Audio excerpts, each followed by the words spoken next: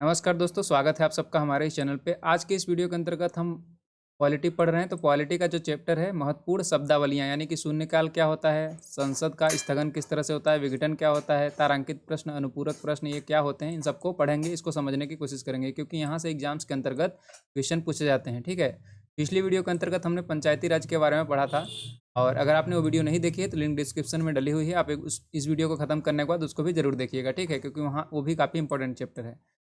और आगे हम लोग पढ़ना शुरू करते हैं उससे पहले मैं आपको बता दूं कि ये वीडियो काफ़ी लेट बना रहा हूँ, लगभग 1 महीने के बाद। तो अगर आपको मेरे चैनल्स पे वीडियो समझ में आते हैं, मेरी बात समझ में आती है जो मैं अभी आपको पढ़ाता हूँ, तो आपको कमेंट करना है।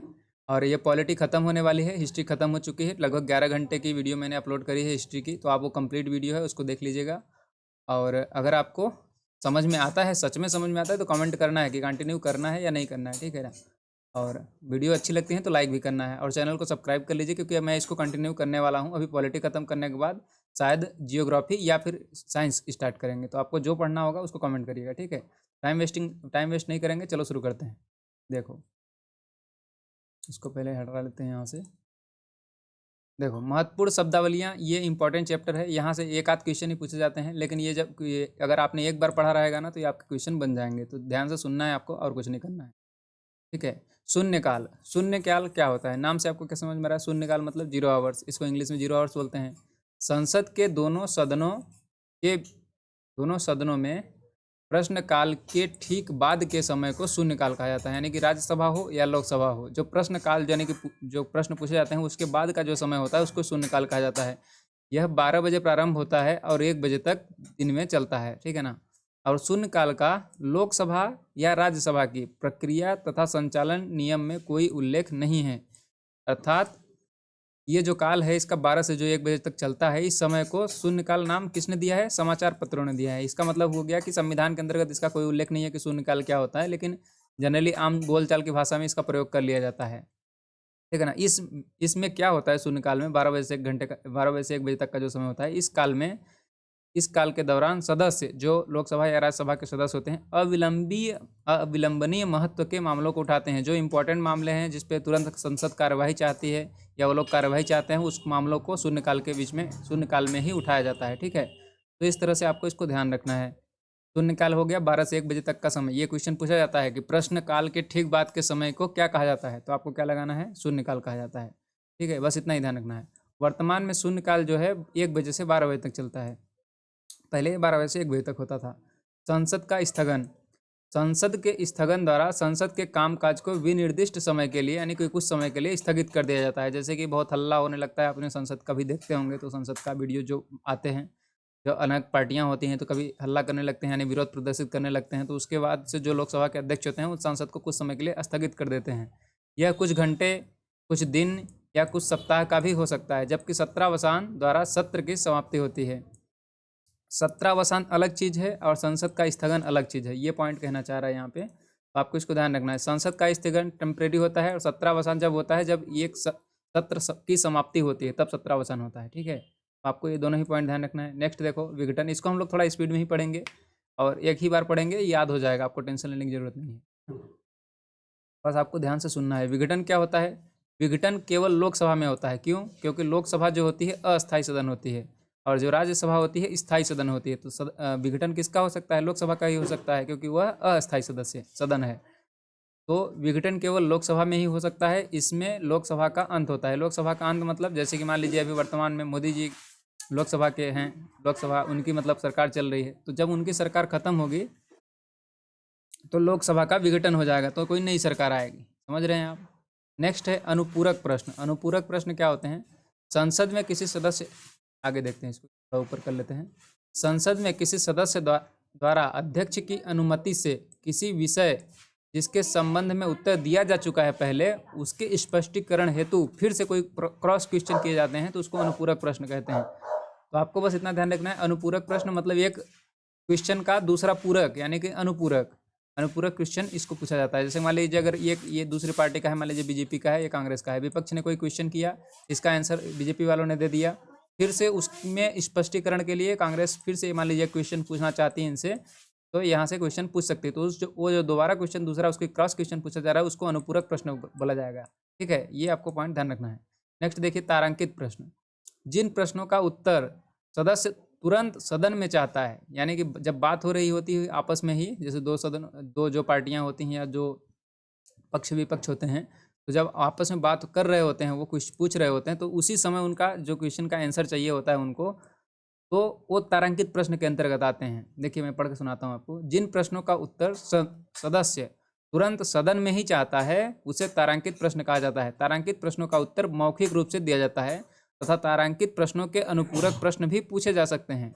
इस प्रश्न पर तारा लगाकर अन्य प्रश्नों से इसका भेद किया जाता है। तारा मतलब इस तरह से स्टार लगा के, ठीक है ना। तो आपको इस पॉइंट से क्या ध्यान रखना है, तारांकित प्रश्न क्या होते हैं। तारांकित प्रश्न अनुपूरक प्रश्नों की ही तरह होते हैं, लेकिन ये जो होता है मौखिक रूप में होता है। इसका मतलब लिखित में देना नहीं होता है। जैसे मान लीजिए इन्होंने इनसे क्वेश्चन पूछा तो इसको लिखित में इनको देने की जरूरत नहीं है, बस वहीं पे सॉर्ट आउट कर लेंगे। मतलब छोटे मोटे क्वेश्चन होते हैं ये, ठीक है। तो ये पॉइंट हो गया, तारांकित प्रश्न हो गया। अतारांकित प्रश्न क्या होता है, जिन प्रश्नों का उत्तर सदस्य लिखित रूप में चाहता है। जिन प्रश्नों का उत्तर सदस्य जो होंगे यहाँ के विपक्ष के, वो लिखित रूप में चाहेंगे, उन्हें अतारांकित प्रश्न कहा जाता है। अतारांकित प्रश्न का उत्तर सदन में नहीं दिया जाता है और इन प्रश्नों के अनुपूरक प्रश्न भी नहीं पूछे जाते हैं, क्योंकि इसको जो है लिखित में उनके पास सेंड कर दिया जाता है कि आपने जो क्वेश्चन पूछा था उसका आंसर ये है। समझ में आई क्या आपको बात। ये अतारांकित हो गए। तारांकित मतलब क्या हो गया, तारांकित मतलब जो सदन में ही पूछे जाने हैं और मौखिक रूप से ही पूछे जाने हैं, उसको तारांकित। और अतारांकित मतलब जो सदन में उनका आंसर देना अनिवार्य नहीं है, उसको लिखित रूप में विपक्ष उन सदस्य को आंसर देगा, तो वह अतारांकित प्रश्न है। स्थगन प्रस्ताव क्या होता है। स्थगन प्रस्ताव पेश करने का मुख्य उद्देश्य किसी अविलंबनीय लोक महत्व के मामले को और सदन का ध्यान आकर्षित करने के लिए होता है। जब इस प्रस्ताव को स्वीकार कर लिया जाता है तब सदन अविलंबनीय लोक महत्व के निश्चित मामले पर चर्चा करने के लिए सदन का नियमित कार्य रोक देती है। इस प्रस्ताव को पेश करने के लिए न्यूनतम 50 सदस्यों की स्वीकृति आवश्यक होती है। स्थगन प्रस्ताव यानी कि जो डेली जो संसद कार्य करती है उस कार्य को रोक के, स्थगन का मतलब होता है रोकना, उस कार्य को डेली वाले काम को मान लीजिए रोक के कुछ एक इम्पॉर्टेंट अगर देश में कोई इशू चल रहा है तो उस पर बात करने के लिए, चर्चा करने के लिए स्थगन प्रस्ताव पेश किया जाता है, तो उस पर चर्चा की जाती है। इस स्थगन प्रस्ताव को पेश करने के लिए मिनिमम 50 सदस्यों के उसमें साइन होने चाहिए, यानी कि 50 सदस्य इसको अनुमोदित कर दें कि हाँ ये इसको सदन को स्थगित करके इस टॉपिक पे अभी बात होनी चाहिए। तो ये होता है स्थगन प्रस्ताव। अगला देखो अल्प सूचना प्रश्न। अल्प सूचना प्रश्न क्या होता है, जो प्रश्न अविलंबनीय लोक महत्व के हों या किसी महत्व का हो तथा जिन्हें साधारण प्रश्न के लिए निर्धारित 10 दिन की अवधि से कम सूचना देकर पूछा जा सकता है, उसे अल्प सूचना प्रश्न कहा जाता है। यानी कि जो इम्पोर्टेंट क्वेश्चंस होंगे उनको पूछा जाएगा संसद में। जैसे कि आपको पता होगा संसद में आपकी लोकसभा जो होती है वहाँ पे लोकसभा स्पीकर बैठते हैं, इधर मान लीजिए और संसद के अलग अलग सदस्य जो होते हैं बैठते हैं। ये मान लीजिए बीजेपी के इधर बैठ गए, इधर कांग्रेस के बैठ गए, इधर आप आम जनता पार्टी के हो गई, इससे बहुत सारी पार्टियों के इस अपने गुट में बैठे रहते हैं, ठीक है। तो जो इनको क्वेश्चन पूछा जाता होता है किसी दूसरे पार्टी से, जो सत्ता में पार्टी होती है उनसे जनरली क्वेश्चन पूछा जाता है कि आप ये इसके बारे में क्या कर रहे हैं, आप इनके बारे में क्या नहीं हो रहा है, क्यों हो रहा है, ऐसा कुछ जो भी क्वेश्चन पूछा जाना होता है तो विपक्ष पूछती है। तो अल्प सूचना प्रश्न ये होते हैं जिनको वही इंपॉर्टेंट क्वेश्चन होते हैं जिन्हें साधारण प्रश्न के लिए निर्धारित 10 दिन की अवधि से कम सूचना, यानी कि आज हमने इनको सूचना दे दी कि हम आपसे ये क्वेश्चन पूछेंगे, आप इसका आंसर तैयार करके लाइए, तो उन सब क्वेश्चन को क्या बोला जाता है, अल्प सूचना प्रश्न। समझ में आई। संचित निधि कंसोलिडेटेड फंड। कंसोलिडेटेड फंड क्या होता है, संविधान के अनुच्छेद 266 में संचित निधि का प्रावधान है। आपको इतना ध्यान रखना है कि संविधान के 266 के अंतर्गत संचित निधि का प्रावधान है। आर्टिकल 266 के अंतर्गत संचित निधि का प्रावधान है। और संचित निधि होती क्या है, संचित निधि से धन संसद में प्रस्तुत अनुदान मांगों के द्वारा ही व्यय किया जाता है। यानी कंसोलिडेटेड फंड को संसद में प्रस्तुत अनुदान मांगों के द्वारा ही उसमें से पैसे निकाला जा सकता है। राज्यों को करों एवं शुल्कों में से उसका अंश देने के बाद जो धन बचता है उसे निधि में डाल दिया जाता है। राष्ट्रपति, उपराष्ट्रपति, नियंत्रक एवं महालेखा परीक्षक आदि के वेतन भत्ते इसी निधि से दिए जाते हैं। तो क्वेश्चन यहाँ से पूछा जाता है कि संचित निधि से किसका वेतन दिया जाता है, तो राष्ट्रपति, उपराष्ट्रपति, नियंत्रक, महालेखा परीक्षक, इन सबके जो वेतन दिए जाते हैं ये संचित निधि यानी कि कंसोलिडेटेड फंड से दिए जाते हैं। आर्टिकल इंपॉर्टेंट है, आर्टिकल आपको ध्यान रखना है कि संचित निधि से संबंधित आर्टिकल कौन सा है, 266 266। बस इतना ही ध्यान रखना है। आकस्मिक निधि यानी कि कंटिजेंसी फंड। कंटिजेंसी फंड क्या होता है? ये आकस्मिक मतलब तो समझते होंगे, आकस्मिकता से संबंधित। संविधान के अनुच्छेद 267 के अनुसार भारत सरकार एक आकस्मिक निधि की स्थापना करेगी, जिसमें जमा धनराशि व्यय विधि द्वारा स्थापित प्रक्रिया के अनुसार किया जाता है। संसद की स्वीकृति के बिना इस मद से पैसे नहीं निकाले जा सकते हैं। समझ में आई? विशेष परिस्थितियों में राष्ट्रपति अग्रिम रूप से इस निधि से धन निकलवा सकते हैं। यानी कि जो एक कंटेंजेंसी फंड है, ये आकस्मिक निधि की मतलब इमरजेंसी फंड एक तरह से है, उसको रखा जाता है सेव करके, कि मतलब कम से कम इतना पैसा तो अपने पास होना ही चाहिए सरकार के पास। तो ये होता है 267 के अनुसार। ठीक है, आकस्मिक निधि की स्थापना करेगी, ये तो लिखा हुआ है, चलिए ठीक है। लेकिन इसमें से संसद की स्वीकृति के बिना इस जो आपका आकस्मिक निधि बनाई गई है, इसमें से पैसे नहीं निकाले जा सकते हैं। लेकिन कुछ स्पेशल केसेस में राष्ट्रपति इसमें अग्रिम रूप से निधि में से पैसे निकाल सकते हैं। यानी कि संसद की स्वीकृति लिए बिना ही राष्ट्रपति जी निकलवा सकते हैं, बाद में संसद की अनुमति दिलवा दी जाएगी। ये पॉइंट है। तो आपको बस इतना ही ध्यान रखना है कि आकस्मिक निधि क्या होती है। संचित निधि तो मोस्ट इंपॉर्टेंट है, इसको आपको ध्यान रखना है, आर्टिकल 266 से संबंधित है। और इसमें राष्ट्रपति, उपराष्ट्रपति, नियंत्रक, महालेखा परीक्षक के वेतन भत्तों को इसी में से दिया जाता है, संचित निधि में से। ठीक है, और देखो आधे घंटे की चर्चा। जिन प्रश्नों का उत्तर सदन में दिया गया हो, उन प्रश्नों से उत्पन्न होने वाले मामलों पर चर्चा लोकसभा में सप्ताह के 3 दिन यानी कि सोमवार, बुधवार और शुक्रवार, एक एक दिन छोड़ के, सोम हो गया, मंगल छोड़ के बुधवार, बुधवार हो गया, गुरुवार छोड़ के शुक्रवार को बैठक के अंतिम आधे घंटे में की जाती है। समझ में आया?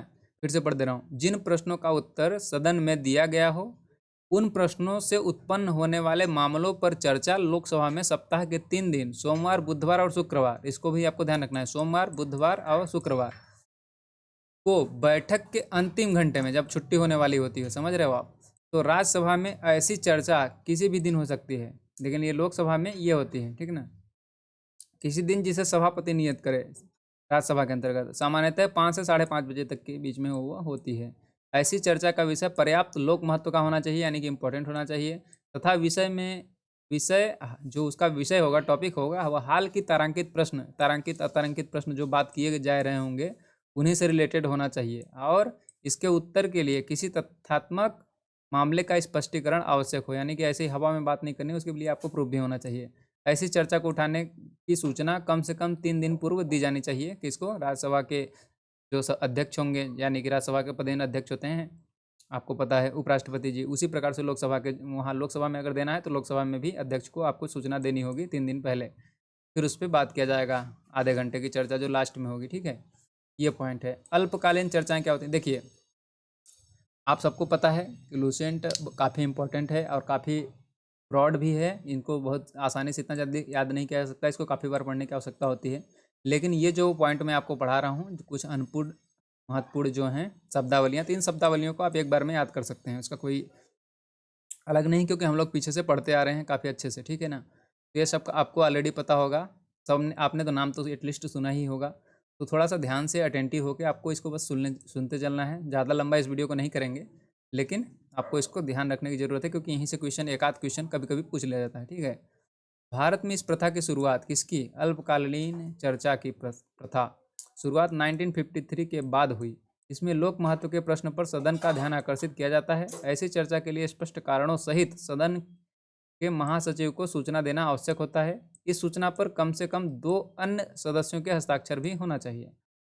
और देखिए, विनियोग विधेयक। विनियोग विधेयक क्या होता है? इसमें भारत की संचित निधि पर भारतीय व्यय की पूर्ति के लिए अपेक्षित धन तथा सरकार के खर्च हेतु अनुदान की मांग शामिल होती है।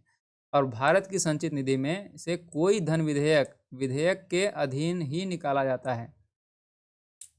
कोई धन विनियोग विधेयक के अधीन ही निकाला जा सकता है। लेखानुदान क्या होता है? जैसा कि विदित है, यानी कि जैसा कि आपको पता है, विनियोग विधेयक के पारित होने के बाद ही भारत की संचित निधि से कोई धन निकाला जा सकता है। किंतु सरकार के इस विधेयक के पारित होने के पहले भी रुपयों की आवश्यकता होती है, यानी कि उसको तब तक, जब तक वो काम चल रहा है तब तक भी तो पैसे चाहिए। तो उसके लिए अनुच्छेद 116 क के अंतर्गत लोकसभा लेखा अनुदान, वोट ऑन अकाउंट पारित कर सरकार के लिए अग्रिम राशि मंजूर कर सकती है। यानी कि जब तक ये जो है विनियोग विधेयक पारित होने से पहले भी कुछ सरकार को पैसे अगर चाहिए, तो वह ये लेखा अनुदान यानी कि वोट ऑन अकाउंट को पारित करके कुछ पैसे निकाल सकते हैं, जिसके बारे में बजट विवरण देना सरकार के लिए संभव नहीं है। ठीक है, आगे पढ़ो। वित्त विधेयक, फाइनेंस बिल। फाइनेंस बिल क्या होता है? संविधान का अनुच्छेद 112 वित्त विधेयक को परिभाषित करता है। जिन वित्तीय प्रस्तावों को सरकार आगामी वर्ष के लिए संसद में प्रस्तुत करती है, उन वित्तीय प्रस्तावों को मिलाकर वित्त विधेयक की रचना होती है। सामान्यतः वित्त विधेयक उस विधेयक को कहते हैं जो राजस्व या व्यय से संबंधित होता है। वित्त विधेयक तो आप सबको पता होगा। संसद में प्रस्तुत सभी वित्त विधेयक धन विधेयक नहीं हो सकते हैं। वित्त विधेयक धन विधेयक हैं या नहीं, इसको प्रमाणित करने का अधिकार केवल लोकसभा अध्यक्ष को है। तो बस आपको इतना ध्यान रखना है। यहाँ पे क्वेश्चन यहाँ से ही पूछा जाता है कि कोई विधेयक धन विधेयक है कि नहीं, इसका निर्णय कौन लेते हैं? तो इसका निर्णय कौन लेता है? लोकसभा के अध्यक्ष। बस इतना ही पॉइंट आपको ध्यान रखना है। कोई विधेयक धन विधेयक है कि नहीं, यह निर्णय लोकसभा के अध्यक्ष ही लेते हैं। धन विधेयक क्या होता है? राजस्व, संसद में राजस्व एकत्रित करने अथवा अन्य प्रकार से धन से संबंधित विधेयक को धन विधेयक कहते हैं। संविधान के अनुच्छेद 110 1 के उपखंड क से 6 तक इसमें उल्लेख किया गया है। लिखित विषयों से संबंधित विधेयक को धन विधेयक कहा जाता है। ठीक है ना। धन विधेयक केवल लोकसभा में ही पेश किया जाता है, राज्यसभा में पेश नहीं किया जाता है। और लोकसभा के स्पीकर जो होते हैं, लोकसभा के अध्यक्ष जो होते हैं, यही निर्णय लेते हैं कोई विधेयक धन विधेयक है कि नहीं। ठीक है। अनुपूरक अनुदान क्या होता है? यदि विनियोग विधेयक द्वारा किसी विषय सेवा पर चालू वर्ष के लिए व्यय किए जाने के लिए प्राधिकारित कोई राशि अपर्याप्त पाई जाती है या वर्ष के बजट में उल्लेखित न की गई हो और किसी नई सेवा पर खर्च की आवश्यकता उत्पन्न हो जाती है, तो राष्ट्रपति एक अनुपूरक अनुदान संसद के समक्ष पेश करवाएगा। और अनुपूरक अनुदान और विनियोग विधेयक दोनों के लिए एक ही प्रक्रिया विहित की गई है। ठीक है ना। ये थोड़ा ज़्यादा हो गया है, यहाँ बता देते हैं। ये पॉइंट है। बजट सत्र क्या होता है? इन सबको आपको बस सुनना है। ठीक है ना। ज़्यादा सीरियसली लेके रटने की कोशिश नहीं करना। बजट सत्र, यह सत्र फरवरी के दूसरे तीसरे सप्ताह के सोमवार को आरंभ होता है। इसे बजट सत्र इसलिए भी कहते हैं क्योंकि इस सत्र यानी कि समय में आगामी वित्त वर्ष का अनुमानित बजट प्रस्तुत किया जाता है। कब किया जाता है? फरवरी के लास्ट मंथ में, फरवरी के लास्ट सप्ताह में, मतलब लास्ट फरवरी के आसपास। तो इसको सामूहिक उत्तरदायित्व क्या होता है? सामूहिक उत्तरदायित्व अनुच्छेद 75(3) के अनुसार मंत्रिपरिषद लोकसभा के प्रति सामूहिक रूप से उत्तरदायी होती है। तो सबको आपको पता होगा कि जो मंत्रिपरिषद होती है लोकसभा के प्रति सामूहिक रूप से उत्तरदायी होती है। और इसका अभिप्राय यह है कि यह केवल तब तक पद पर बनी रहती है जब तक उसके निम्न सदन अर्थात लोकसभा के बहुमत का समर्थन प्राप्त होता है। लोकसभा का विश्वास खोते ही मंत्रिपरिषद को तुरंत ही त्यागपत्र देना होता है, जिसको मतलब जैसे कि लोकसभा का विश्वास होते ही मतलब इसके लिए अविश्वास प्रस्ताव पेश किया जाता है। अविश्वास प्रस्ताव मतलब कि लोकसभा के जो पार्टी अभी क्या बोलते हैं पावर में हो, अपना विश्वास पेश करे कि मतलब हम लोग पावर में रहने योग्य हैं कि नहीं है, यानी कि पर्याप्त बहुमत उनके पास है नहीं। इसको ही आपको समझना होगा। ठीक है ना। शायद आपको समझ में नहीं आया होगा, मैं रिपीट कर दे रहा हूँ। ये इसका मतलब ये हुआ, देखिए क्या लिखा है यहाँ पे। इसका अभिप्राय यह है कि वह अपने पद पर यानी मंत्रिपरिषद जितने भी अभी मंत्री हैं, प्रधानमंत्री प्लस उसके अलग अलग विभागों के अलग अलग मंत्री हैं, वह पद पर तभी तक बने रहेंगे जब तक कि उनके पास पर्याप्त मत है। ठीक है ना। उनके पास, क्योंकि उनके पास सीटें ज़्यादा हैं, तो जब तक उनके पास सीटें हैं तभी तक वो पावर में रहेंगे। अगर मान लीजिए प्रधानमंत्री जी इस्तीफा दे देते हैं मेन पद से, तो मंत्रिपरिषद ऑटोमेटिकली ही विघटित हो जाएगी, यानी कि जितने भी मंत्री हैं वो खुद ही खत्म हो जाएंगे। ठीक है ना। तो फिर से चुनाव होगा या तो दूसरी पार्टी बन के सरकार बन के आएगी। ये पॉइंट है, इसको आपको ध्यान रखना है। नेक्स्ट पॉइंट देखो, कटौती प्रस्ताव क्या होता है? सत्ता पक्ष द्वारा सदन की स्वीकृति के लिए प्रस्तुत अनुदान की मांगों में से किसी भी प्रकार के कटौती के लिए विपक्ष द्वारा रखे गए प्रस्ताव को कटौती प्रस्ताव कहा जाता है। सरकार की नीतियों की अस्वीकृति को दर्शाने के लिए विपक्ष द्वारा प्रायः ₹1 की कटौती का प्रस्ताव किया जाता है, जिसका अर्थ यह भी होता है कि प्रस्ताव मांग के मुद्दों का स्पष्ट उल्लेख किया जाए। जो प्रस्ताव में मांग किया गया उसकी मुद्दों का जो है स्पष्ट उल्लेख किया जाए। अविश्वास प्रस्ताव मैंने यहीं पे बताया सामूहिक उत्तरदायित्व वाले में। अविश्वास प्रस्ताव सदन में विपक्षी दल के किसी भी सदस्य द्वारा रखा जा सकता है। अभी रखा गया था हाल में, 7 से 10 के बीच में बात हो रही थी कि होगी 7 अगस्त से 10 अगस्त के बीच में, लेकिन ये हुआ नहीं। आपको पता होगा कि INDIA करके एक प्लान्स बनाया है इन लोगों ने, बहुत सारी जो पार्टियां हैं अपने देश की बीजेपी के अगेंस्ट, तो इन्होंने ही पेश किया था अविश्वास प्रस्ताव, जिस पे 50, देखिए इसके क्या नियम है, प्रस्ताव के पक्ष में कम से कम 50 सदस्यों का होना आवश्यक है, यानी कि जो प्रस्ताव पेश किया जाएगा उसमें कम से कम लोकसभा के जो 50 सदस्य होंगे उनके साइन होने चाहिए तथा प्रस्ताव प्रस्तुत किए जाने के 10 दिन के अंदर इस पर चर्चा होनी भी आवश्यक है। चर्चा के बाद अध्यक्ष मतदान द्वारा निर्णय करने की घोषणा करता है। तो इस बार जो अविश्वास प्रस्ताव पेश किया जाने वाला था उसमें 50 सदस्यों का साइन होकर लोकसभा में मतलब लोकसभा के अध्यक्ष के सामने रख दिया गया था। पर इसमें जो है यहाँ पे जैसा कि आपको लिखा हुआ देख सकता है कि चर्चा के बाद अध्यक्ष मतदान द्वारा निर्णय की घोषणा करता है। तो ऑलरेडी चूंकि बीजेपी के पास बहुत सारी सीटें हैं तो इसमें उसका कोई सेंस बन नहीं रहा था, तो उसको रिजेक्ट कर दिया गया था, यानी उस पर चर्चा नहीं हुई थी। ठीक है, मतदान करने की जरूरत ही नहीं पड़ी थी। ये पॉइंट हो गया। और अविश्वास प्रस्ताव तो आप समझ चुके हैं, मतलब ये अगर अविश्वास प्रस्ताव पेश होता है और अगर अविश्वास प्रस्ताव पास हो जाता है, यानी कि इस पर बहुत सारे मत जो करंट में रूलिंग गवर्नमेंट होती है उसके अगेंस्ट हो जाते हैं, तो क्या होगा कि वहाँ पे गवर्नमेंट गिर जाएगी, है ना। ये पॉइंट आपको ध्यान रखना है। नेक्स्ट पॉइंट देखो, मूल प्रस्ताव क्या होता है। मूल प्रस्ताव अपने आप में संपूर्ण प्रस्ताव होता है जो सदन के अनुमोदन के लिए पेश किया जाता है। मूल प्रस्ताव को इस तरह से बनाया जाता है कि उससे सदन के फैसले की अभिव्यक्ति हो सके। यानी निम्नलिखित प्रस्ताव मूल प्रस्ताव होते हैं। क्या क्या होते हैं?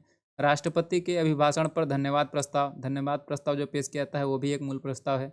अविश्वास प्रस्ताव, इस प्रस्ताव के माध्यम से सदन का कोई भी सदस्य, ध्यान रखिए कि ये रूलिंग गवर्नमेंट का भी हो सकता है और अगेंस्ट मतलब विपक्ष की पार्टी का भी हो सकता है, ये सदस्य किसी भी पार्टी का हो सकता है। सदस्य मंत्रिपरिषद में अपना अविश्वास व्यक्त करता है और यदि वह प्रस्ताव पारित कर दे तो मंत्रिपरिषद को त्यागपत्र देना पड़ता है। लोकसभा के अध्यक्ष, उपाध्यक्ष तथा राज्यसभा के उपसभापति के निर्वाचन के लिए या हटाने के लिए प्रस्ताव। नेक्स्ट पॉइंट है विशेषाधिकार प्रस्ताव। यह प्रस्ताव संसद के किसी सदस्य द्वारा पेश किया जाता है जब उसे यह प्रतीत होता है कि मंत्रिपरिषद के किसी सदस्य ने संसद में झूठा तथ्य प्रस्तुत करके सदन के विशेषाधिकार का उल्लंघन किया है। ये पॉइंट हो गए। ये हैं अलग अलग मूल प्रस्ताव जितने मैंने वही बताया आपको। तो इनको आपको कुछ रटने की जरूरत नहीं, बस आपको ध्यान से सुनना है, ठीक है ना। स्थानापन्न प्रस्ताव, जो प्रस्ताव मूल प्रस्ताव के स्थान पर और उनके विकल्प के रूप में पेश किए जाते हैं उन्हें स्थानापन्न प्रस्ताव किया जाता है। रिप्लेसमेंट यानी डिस्प्ले, ये एक ऐसा प्रस्ताव मान लीजिए जहाँ पे पेश किया जाना था उस प्रस्ताव को ना पेश किया करके दूसरे प्रस्ताव को उसी के स्थान पर उसी के रूप रंग में पेश किया जाता है, तो उसको स्थानापन्न प्रस्ताव कहा जाता है, यानी कि उसके स्थान पर पेश किया गया है। अनुषंगी प्रस्ताव, इस प्रस्ताव को विभिन्न प्रकार के कार्यों की अगली कार्यवाही के लिए नियमित उपाय के रूप में पेश किया जाता है। प्रतिस्थापन प्रस्ताव, यह किसी अन्य प्रस्ताव पर विचार विमर्श के दौरान पेश किया जाता है। कोई सदस्य किसी विधेयक पर विचार करने के प्रस्ताव के संबंध में प्रतिस्थापन प्रस्ताव पेश करता है। संशोधन प्रस्ताव क्या है? यह प्रस्ताव मूल प्रस्ताव में संशोधन करने के लिए पेश किए जाते हैं। अनियमित दिन वाले प्रस्ताव, जिस प्रस्ताव को अध्यक्ष द्वारा स्वीकार या अस्वीकार किया जा सकता है लेकिन उस प्रस्ताव पर विचार विमर्श के लिए कोई समय नियत नहीं किया जाता है, उसे अनियमित दिन वाला प्रस्ताव कहा जाता है। अध्यादेश क्या होता है?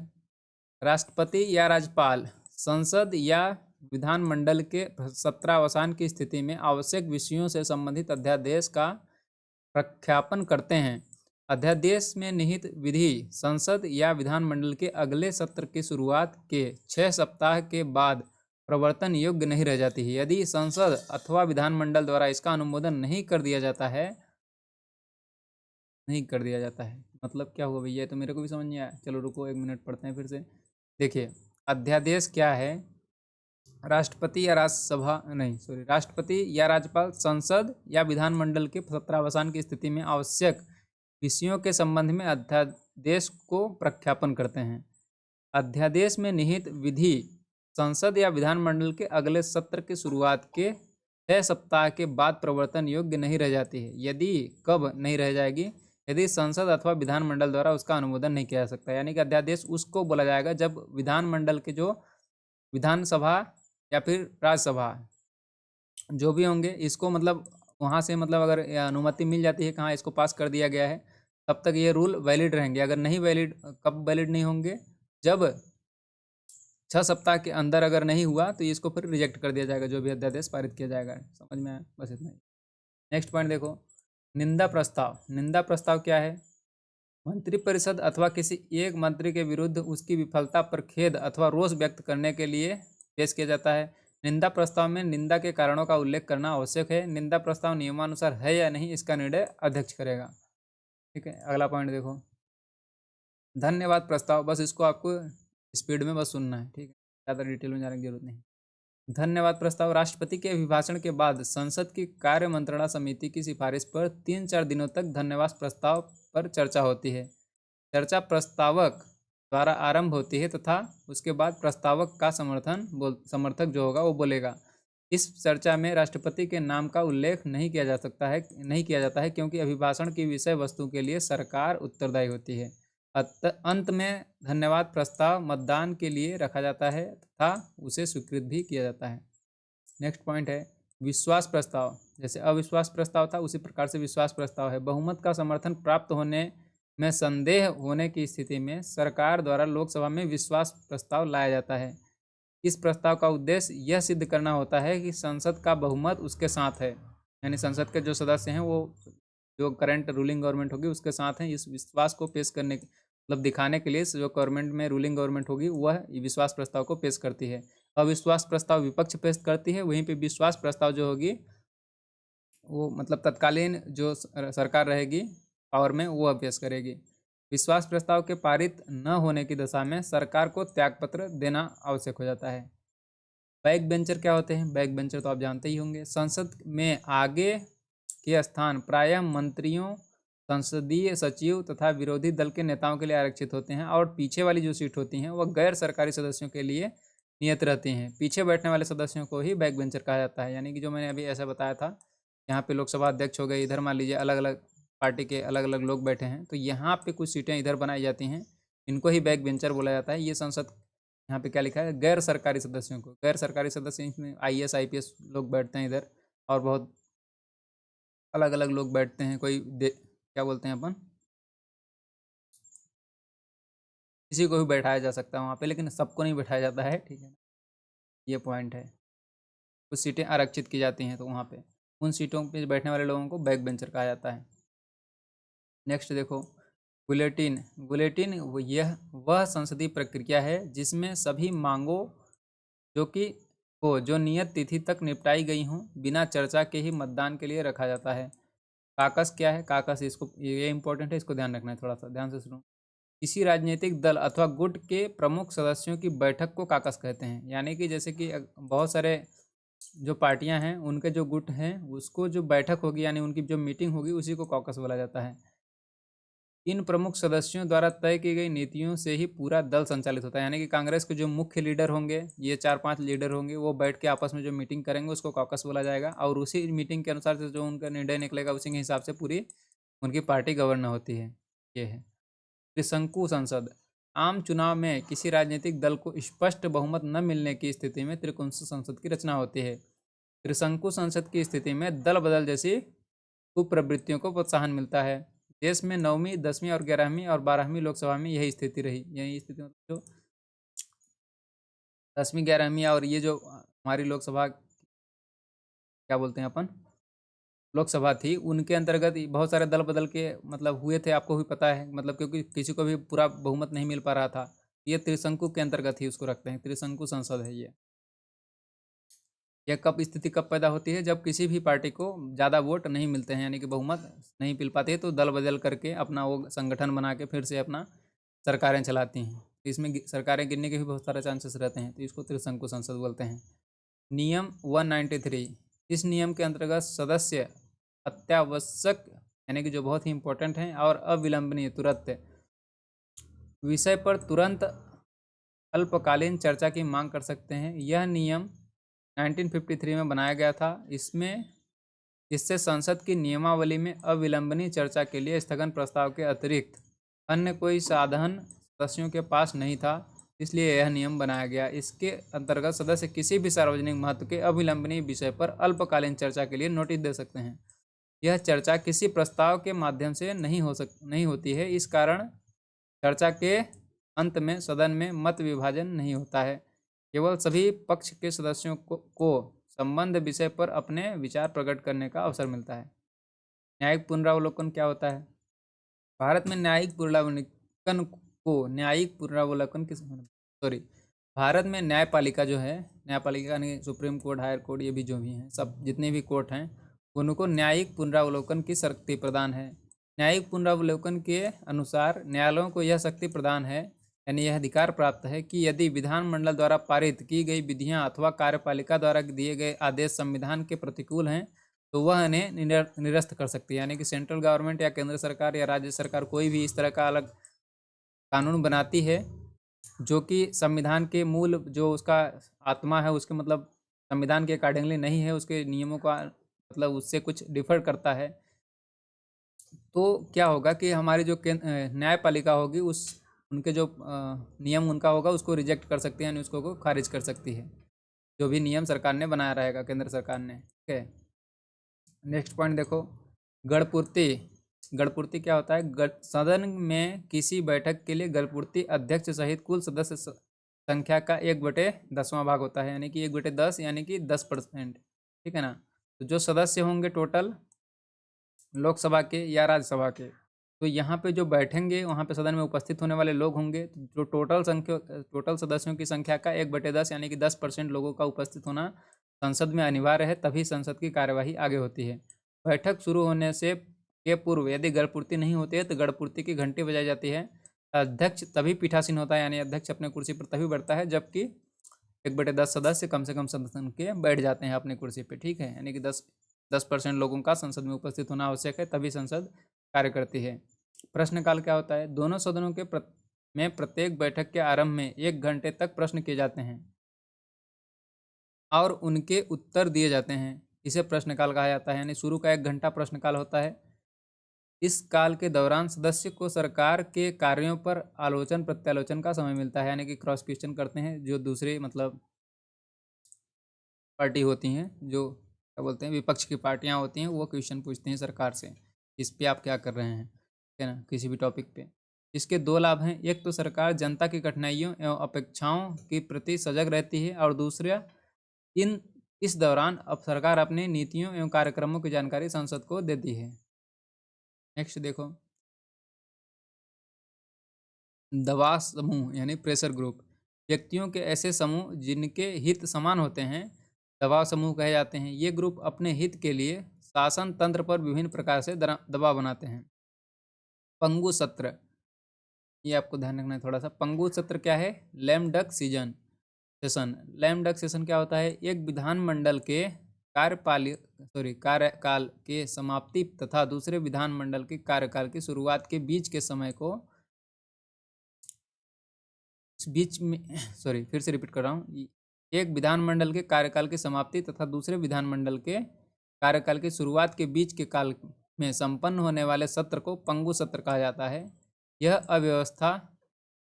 व्यवस्था केवल अमेरिका में ही है, यानी कि एक विधानमंडल जब खत्म होता है तो नई दूसरी सरकार आती है, उसके बीच में जो लोग बैठ के उसके बारे में बात करेंगे, सत्र जो उनका आयोजन होगा, तो उसको बोलते हैं पंगु सत्र। यह हमारे इंडिया में नहीं होती है, यह केवल अमेरिका में होती है। ठीक है।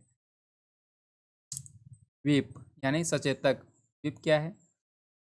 राजनीतिक दल में अनुशासन बनाए रखने के लिए सचेतक की नियुक्ति प्रत्येक संसदीय दल द्वारा की जाती है और किसी विषय विशेष पर मतदान होने की स्थिति में सचेतक अपने दल की सदस्यों को मतदान विषयक निर्देश देता है। सचेतक के निर्देशों के विरुद्ध मतदान करने वाले सदस्य के विरुद्ध दल बदल विरोधी कानून के अंतर्गत कार्यवाही की जाती है। इसका मतलब ये हो गया कि अगर मान लीजिए कि अविश्वास प्रस्ताव ही किसी दूसरी पार्टी ने पेश किया है, करंट रूलिंग गवर्नमेंट है, या मान लीजिए कि बीजेपी है, ये कांग्रेस है, कांग्रेस ने वोटिंग करवाई अविश्वास प्रस्ताव पास करने के लिए, तो और यहाँ पे जो बीजेपी के गवर्नमेंट लोग होंगे, बीजेपी के जितने सदस्य होंगे, इन सदस्यों को सचेतक जाके बोलेगा कि आपको इनके फेवर में वोट नहीं करना है, आपको अपने पार्टी के फेवर में वोट करना है। अगर ये लोग जो होंगे सदस्य, तो ये जो व्यक्ति है ना, इसको ही सचेतक बोला जाएगा। और अगर इन्होंने वोट कर दिया इसको कांग्रेस वाले के हिसाब से कि हाँ आप सही बोल रहे हैं, तो फिर इनको अपने पार्टी से निकाल दिया जाएगा, यानी कि दल बदल विरोधी कानून के हिसाब से इसके अंतर्गत कार्यवाही की जाएगी इसके। तो ये थे कुछ पॉइंट जो कि आपको याद रखने हैं थोड़े से। और नेक्स्ट पॉइंट के अंदर हम लोग पढ़ेंगे नेक्स्ट वीडियो के अंतर्गत संविधान के कुछ महत्वपूर्ण अनुच्छेद ही इंपॉर्टेंट हैं, बहुत सारे इंपॉर्टेंट हैं, कुछ ही मतलब इसमें सबको आपको अनुच्छेद को रटना नहीं है, कुछ ही इंपॉर्टेंट अनुच्छेद हैं जो बार बार रिपीट किए जाते हैं, तो उनको आपको पढ़ाऊंगा मैं, अपन डिटेल में बात करेंगे अच्छे से। और यही था, वीडियो का अंत करते हैं यहाँ पे। नेक्स्ट वीडियो का अपन आगे कंटिन्यू करेंगे। इस तरह से हंसते रहिए, मुस्कुराते रहिए। मिलते हैं अपन नेक्स्ट वीडियो में। वीडियो अच्छा लगा है तो लाइक करके जाना है, अपने दोस्तों को भी शेयर करना है जो लूसेंट पढ़ रहे होंगे। ठीक है, थैंक्स फॉर वॉचिंग दोस्तों।